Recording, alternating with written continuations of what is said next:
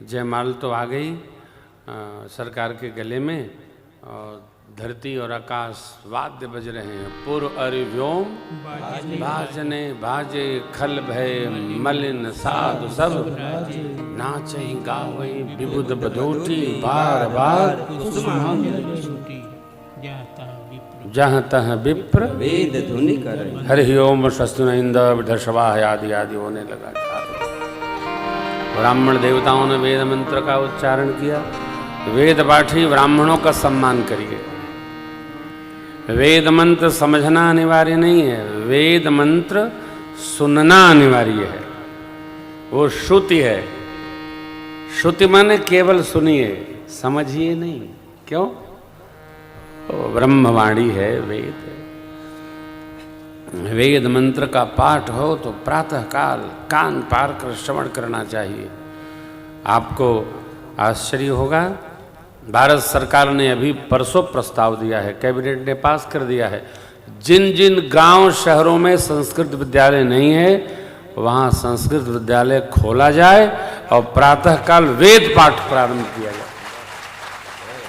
वेद पाठ होना ही चाहिए।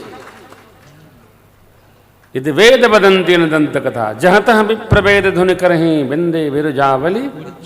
जिसका जो है वो गावे, हम लोग बंदी हैं तो बिरदावली गाएंगे भगवान की। विद्वान लोग हैं, वेद मंत्र का उच्चारण करेंगे। कोई वेद पाठी ब्राह्मण है? कोई है? हमारे ब्रह्मचारी का तो घर में कुछ कार्य है इसलिए आए नहीं। कोई बात नहीं, नहीं है तो कल से बुला लिया जाएगा। वेद मंत्र अवश्य सुनिए। और देखिए, वेद मंत्र जो है ना, वो ट्रांजिस्टर से, टेप रिकॉर्ड से, यूट्यूब से न सुना करिए, ब्राह्मण देवताओं के श्रीमुख से सुना करिए। 2 मंत्र हो, बोलेंगे 2 मंत्र, सोचते ना हो जाए। सामने माइक लगा, माइक खोलो बेटा महाराज जी के लिए। पुरुष सूक्त पूरा बोलिएगा तो समय लगेगा। अंतिम चरण के 3 मंत्र बोल दीजिए। ओम ब्राह्मणो अस्य मुखमासीदबाहुराजन्यकृतः उरूत दश यद्विषां पदभ्यां गुं शूद्रो अजायतः। चंद्रमा मनसो जाता चक्षो सूर्यो अजायतः। श्रोत्राद्वायुष्य प्राणशः मुखादग्निरजायतः। ओम नाभ्या आसीदन्तः अन्तरिक्षः गुं शीर्ष्णौ द्यौ समवर्ततः। पदभ्यां भूमिरिदिशः श्रोत्रां तथा लोकाम कल्पयन्नः। यत पुरुषेण हविषा देवा यज्ञमतनवत बसन्तोऽस्यासीदाज्यं। ग्रीष्मम् इदमशरद भविष्यप्ताशासन परिदस्रै। सप्तसमिधकृता देवा यद्यज्ञं तन्वन अवद्यनन पुरुषां पशुम्। ओम यज्ञेन यज्ञमय जन्तु देवास्तानि धर्माणि प्रथमान्न।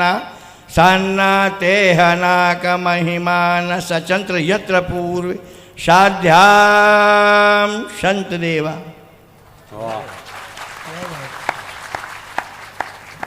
परंपरा से कंठस्थ है पदार्थ, बहुत सुंदर। कैसे भी माया गुण गोपाल, कुछ भी परंपरा से, तो वेद मंत्र और स्तुति तो परंपरा से होती है। आचार्य जी ने आशीर्वाद दिया हम सबको। पुरुषोक्त रुद्राष्टाध्यायी के अंदर उसके पेट में सब कुछ धरा रखा है।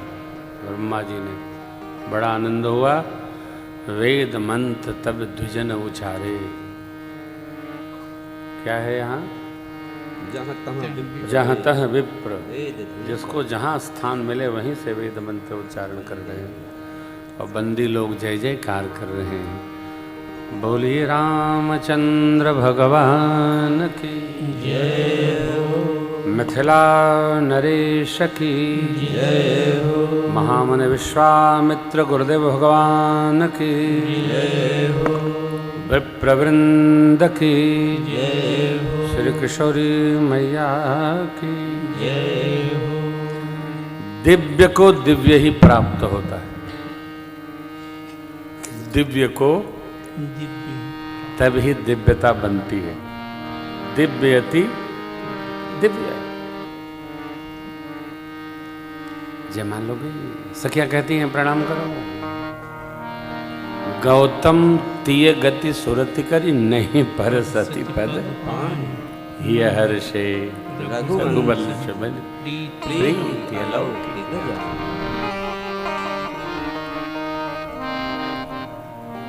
ये भी एक सुखद घटना है, सुखद महोत्सव है। देखिए, सखियां सुनैना मां के पास लेकर गई मां को। राम लक्ष्मण प्रभु गुरुदेव के श्री चरण में उपस्थित हुए। चली रहा था आनंद आनंद आनंद का सुंदर वातावरण। इतने में ही तेहि अवसर सुन शिव धनु भंगा, आयो भृगकुल कमल। भगवान परशुराम का आगमन हुआ। एक बार भाव श्रद्धा से आवेशावतार हैं। बोलिए परशुराम भगवान की जय हो। भगवान के आवेशावतार भगवान बुद्ध, भगवान परशुराम। पूर्णावतार के आगमन पर आवेशावतार का कार्य पूर्ण होता है। होता है जो बहुत कुछ किए होता है क्रिएटिविटी, वो कुछ न कुछ तो अधिक बताता ही है। भगवान परशुराम ने भी खूब आनंद लिया। परमात्मा ने रूप, सौंदर्य और शील से भगवान परशुराम के पट को खोला है नेत्रों के। विप्रवंश के असि प्रभुताई अभय हो जो हे नाथ, आप तो बधे पाप अपकीरति हारे, मारत हूँ पा परिय तुम्हारे। तुम्हारे। आप तो सब प्रकार श्रेष्ठ हैं। नाथ एक धनु, नाथ एक लघु राम हमारा, परशु सहित बड़ नाम तुम्हारा। आप तो सब प्रकार श्रेष्ठ हैं। हमारी आपकी तुलना क्या है? आपके वंश की पूजा है, आपके श्रेष्ठत्व का वर्णन है महाराज। भगवान परशुराम ने जैसे ही प्रभु के हृदय पर विप्र चिन्ह देखा, तब बोले राम रमापति कर धन लेहु, खै चहु मिटे मोर देत चाप, आप ही चले गए वो परशुराम मन विस्मय। भगवान परशुराम के मन में विस्मय हुआ, क्योंकि उनका आवेश परमात्मा में प्रवेश कर गया। भगवान विष्णु का अजगों भेंट कर रहे थे, अपने ही चले गए। जय जयकार 9 बार नाम लेकर के किया है, और फिर अनुसंधान के लिए निवेदन किए थे। उनके पुण्यों को भगवान ने नष्ट कर दिया। क्यों? गुरुदेव भगवान ने दक्षिणा में ले ली थी उनसे इस भूमि के सत्व को, तो महेंद्र पर्वत के नीचे भगवान परशुराम रुकते नहीं थे, उसी पर्वत शिखर पर रुकते थे वो। अबाध गति भगवान ने छोड़ दिया है, और भगवान परशुराम जय जयकार करते चले गए। अब जनकराज महाराज गुरुदेव भगवान विश्वामित्र जी के चरण में पधारे। हे नाथ, अब क्या आज्ञा है? भगवान विश्वामित्र जी ने कहा, राजन, विवाह के केंद्र में धनुष था। धनुष के टूटते विवाह का एक अंश तो पूर्ण हो गया। अब आप ऐसा करें जो व्यवहार जगत कहता है। व्यवहार क्या कहता है? व्यवहार जगत बड़ा कठिन है। वो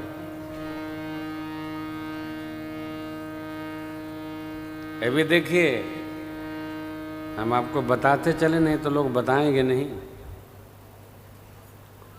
विवाह न्यायालय ने, हाई कोर्ट का ऑर्डर है ये घोषित कर दिया है कि कन्या और वर, लड़का और लड़की विवाह तभी कर सकते हैं जब उनके माता पिता अथवा भाई 3 में से कोई एक गवाही करेगा। जीजा, मामा, फूफा, पड़ोसी अंकल, इनकी गवाही अब विवाह में मान्य नहीं होगी।